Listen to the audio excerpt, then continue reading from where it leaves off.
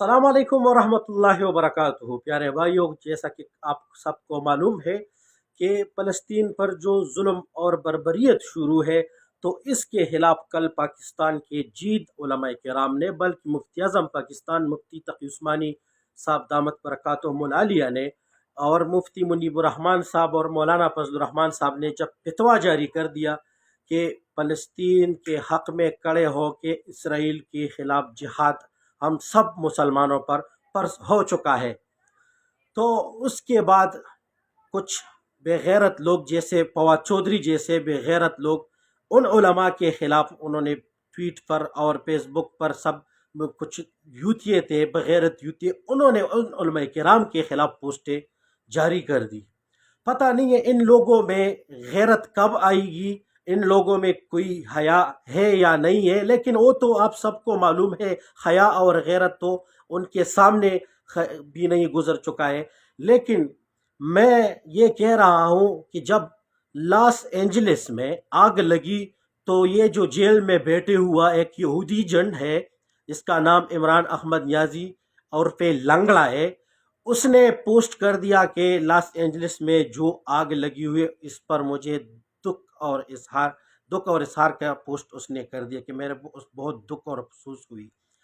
اب میں کہہ رہا ہوں کہ سارے فلسطین کو ختم کر دیا، بموں سے اڑا دیا، وہاں پر 1 لاکھ سے زیادہ لوگوں کو شہید کر دیا اور لاکھوں سے زیادہ زخمی کیا، جس کی ٹانکیں نہیں ہے، جس کے ہاتھ نہیں ہے۔ تو میں اس لنگڑے کو کہہ رہا ہوں کہ آپ تو جیل سے وہی پوسٹیں کرتے ہیں کہ امریکہ پر آگ لگ جائے، اللہ کی طرف سے عذاب آئی، تو آپ لنگڑے نے امریکہ کے حق میں پوسٹ کر دیا اور دکھ کا اظہار کر دیا۔ لیکن آپ کب دکھ کا اظہار کرو گے جو فلسطین جل رہا ہے؟ فلسطین میں بچوں کی قتل و غارت پر آپ لنگڑا جیل میں بیٹھ کے خوشی سے آپ تو دیسی مرغی گھی اور دیسی گھی تو کھا سکتے ہیں۔ اب تو لاس اینجلس کی آگ پر آپ کو تو دکھ ہے، کیونکہ آپ نے لاس اینجلس میں وہ سیٹا وائٹ کے ساتھ آپ کی ملاقات ہوئی، تو اس لیے آپ کا ادھر دکھ ہے۔ یہاں فلسطین کے جو مظلوم عوام ہے، اس پر آپ کو کوئی دکھ نہیں ہے۔ جو فلسطین جل رہا ہے، آپ خاموش ہے، اور جو علماء کرام پاکستان میں جو جید علماء کرام ہے، وہ فتویٰ دیتے ہیں کہ اسرائیل کے خلاف اب جہاد فرض ہو چکا ہے، تو اس کے جو کتے ہیں اس یہودی جنٹ کے، اب وہ ان علماء کرام کو گالی دیتے ہیں اور اس کے خلاف سوشل میڈیا پر نازیبا پوسٹیں میں دیکھ رہا ہوں کہ کرتے ہیں۔